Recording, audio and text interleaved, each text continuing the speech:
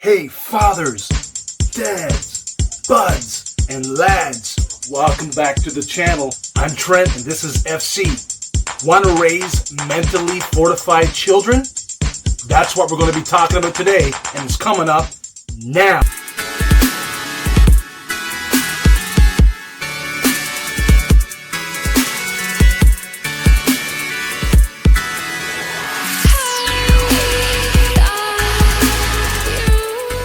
Have you ever asked yourself the question, do I want to raise mentally fortified, strong, ferocious kids? Well, I know this much. I don't know a dad or a parent out there that sets out to trivialize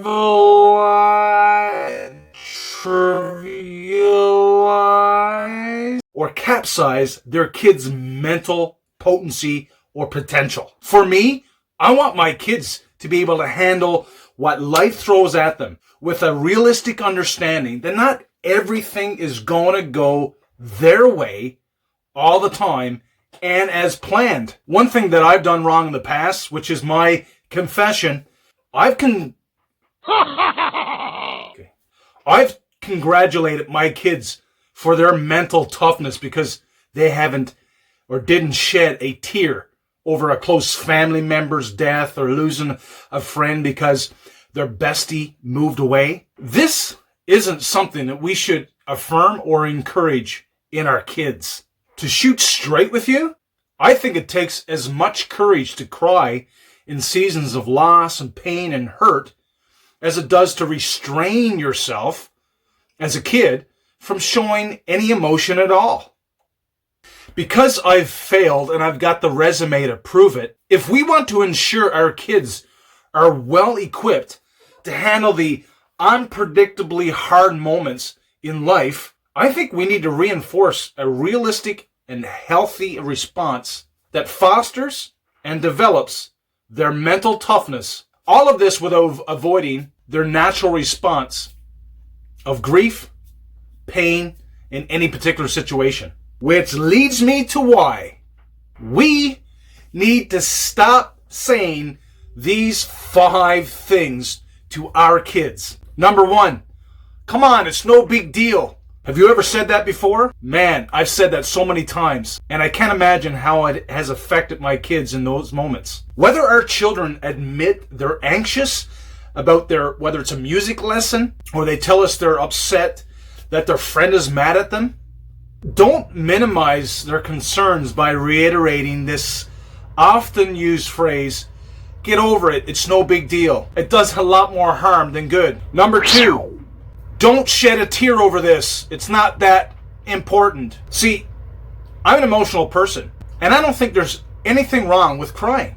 I actually think it's a healthy way to express how a certain experience is affecting our emotions. And I don't think it's any different with children. Like one person said to me, one of the reasons so many adults quickly apologize when they cry is because they were taught that crying is bad. I've heard it said so many times when I was growing up, come on, stop crying, you're a wimp. But is that true though? Crying isn't bad. Crying isn't the enemy.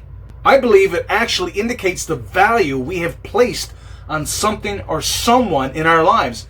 And it's an indicator that what we're crying about has some roots in what we value. Number 3, I've said this many times. You're the smartest kid in the whole world. I don't care whether it's basketball or soccer or baseball or a piano lesson or a skiing lesson. Telling our children that they're the best in the world, we're really saying that they're the best in the whole world. Yes, are they smart to us in their own unique way? Absolutely. But exaggerated praise does more harm than good. I am not saying to not praise your children, but let's be more realistic with our praise. I think as long as they know we value their effort, that's all they need to know. But let's do it with some type of awareness and context. Number 4, honey, everything is going to work out just fine. I know this.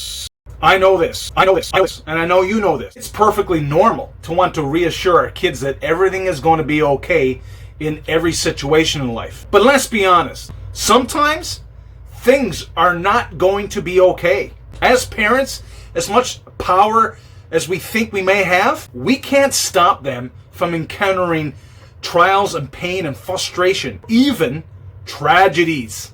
Instead of telling them that nothing bad will ever happen, let's teach them that they're able to actually deal with whatever life throws at them and do it in a candid and honest way. In a candid and honest way. As dads, let's make sure we're going out of the way to give them life coping skills, some tools, resources, where they can better handle life's steep climbs, narrow paths, and winding roads. I think that's where it's at. And finally, drum roll please. 3, 2, 1. Number 5. Calm down and be quiet. Whether you're yelling or whispering, calm down and be quiet. It's not exactly, or does not exactly create a sense of peace and calmness, does it? When someone does that to me, it creates more turbulence and frustration than peace. Actually, most times than not, it has the reversed effect. I mean, us as parents, when we say calm down and be quiet, usually comes from our own frustration, our own pent-up anger, because we want our children to shut up and stop acting out of character. We've just come to the limit. I'm no professional, and I don't have it all figured out. But instead of telling them to calm down and shut up, wife often tells me not to do, I think we need to remind them of a specific skill or a focus that will calm them down. Like my daughter, her brother was saying things to her that she didn't like. And instead of getting angry and frustrated and flipping the lid, she actually took time to breathe and walked away. See, at some point, they'll learn to practice those skills on their own and become better because of it. Anyways, that's my 2 cents worth. Stay the course, guys. Don't give up. Stay honest and stay humble. We're not perfect. However, we are perfectly needed. Remember that. Okay, gents, lads, buds, and dads. Until next time, this is Trent at FC. See you in the next video.